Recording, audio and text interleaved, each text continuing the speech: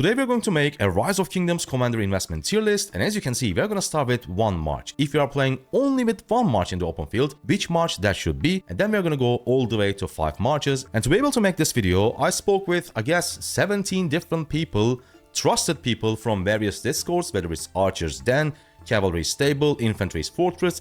I will have all the links to those discords. I think they are amazing, like they provide a lot of value to the community, and if you're not aware of those, definitely go check them out. Of course, there were some minor changes between the answers of people, but there is one general consensus of how you should progress your way from 1 march only all the way to 5 marches. So without further ado, let's go. Spartan! What is your profession? Right, so starting with march number 1. If you're using 1 march only in Rise of Kingdoms in 2024 at this moment of time, it has to be Luce. Well, it doesn't have to be Luce William Wallace. We will get to the alternatives.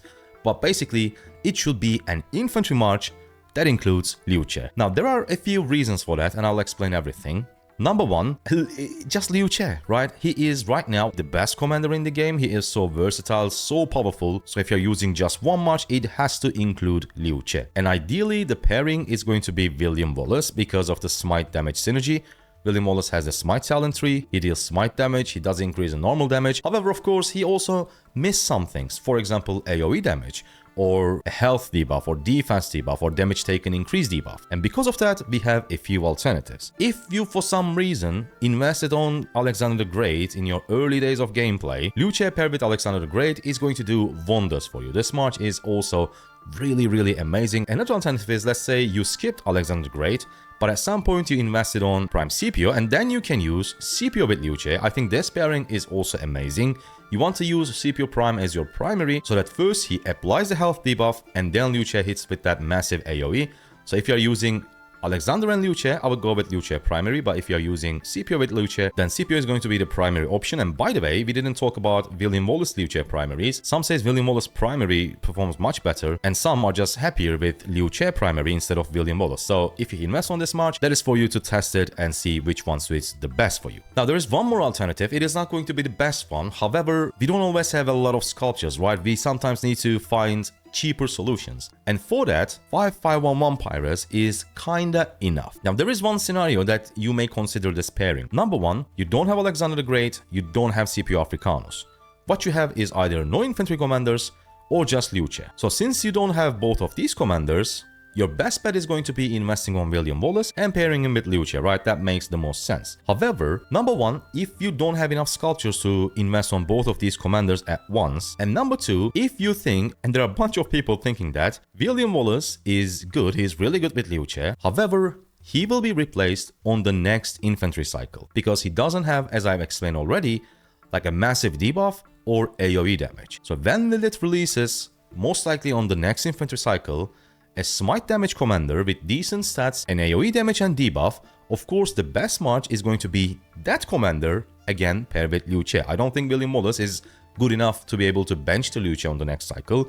It is going to be that next commander, next open field infantry smite damage, a debuff AoE commander, paired with Luce. And when that happens, when they release a commander with smite damage similar to Luce's kit, if you still want to use 1 infantry march only, you will then need to bench your William Wallace, so your 690 sculptures will be wasted. You will either branch out to 2 infantry marches, or you will stick to 1 march and invest on the new commander to pair with Luce and bench your William Wallace. If you're afraid of that, or if you don't have the sculptures to invest, you can only, let's say, max your Luce, and then you can certainly use a 5511 Pyrrhus primary and Luce secondary. His first 2 skills, the second one provides decent amount of stats and also march speed, which is super important, and his first skill actually does boost your normal damage, which is going to, of course, boost the smite damage of your Luce. So this pairing makes a lot of sense. Downside of Pyrrhus is that he's a gold key commander, so you don't want to invest your legendary sculptures. You need to be a little bit lucky to be able to get him to 5511 just from the gold keys alone. And also his single target damage, the first skill, is unfortunately like only, I think it was 1400, so it is very underwhelming, you know, damage wise. But there's a lot of synergy between these 2 commanders. If you don't have Scipio and you don't want to invest on William Wallace, or you don't have the sculptures, and then you're going to go with Pyrrhus primary and Luce secondary, 5511 Pyrrhus is just good enough. So long story short, if you're using 1 march only in the open field, that march needs to be infantry because it needs to include Luce, and your pairing options are, depending on the scenario as I've explained everything, William Wallace, Scipio, Alexander the Great, or Pyrrhus. Now from here, it's a little bit more complicated when you try to branch out the two marches. The reason is, it's basically a pick your poison situation. You will either invest on a cavalry march or an archer march, but both has their downsides. Let me explain. We're going to discuss cavalry first. So what is the downside or the danger of investing on cavalry commanders right now? And by the way, there is one scenario that it is not very dangerous, and it's going to be if you already have a max Minamoto, when you're leaving KVK 3, you are entering Season of Conquest.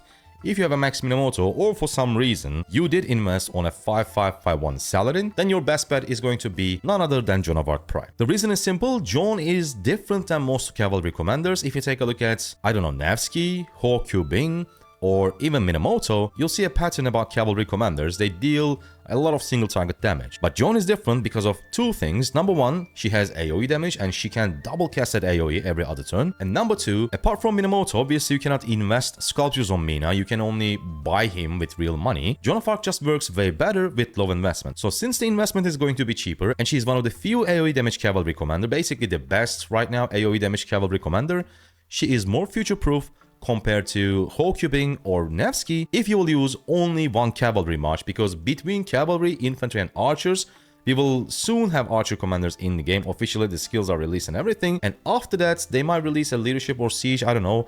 But as I said, between infantry, cavalry and archers, cavalry is the next one on the list. I think it's around 4 months away. And obviously the danger is if you invest into two cavalry commanders at this moment. Let's say you didn't invest on a 5511 Saladin, or you don't have Minamoto, and you go with Nevsky Joan or Ho Q-Bing Joan. This means you will need to invest on two cavalry commanders to make a pairing, and in around 4 months, one of these commanders will be benched for sure, because last two cavalry commanders, Ho Q-Bing and then Belisarius Prime, especially Belisarius Prime, like wasn't that super useful for the majority of the players. The next cav commander has to be a very strong AoE damage commander, and in that case, as I said, one of these commanders will be benched. So that is the risk of cavalry. But most people said Ho Q-Bing and Joan is a better one march cavalry combination or configuration compared to Nevsky and Joan. Yes, Nevsky is more tanky, he has more stats, but Ho Q-Bing and Joan is just shreds. They deal so much damage.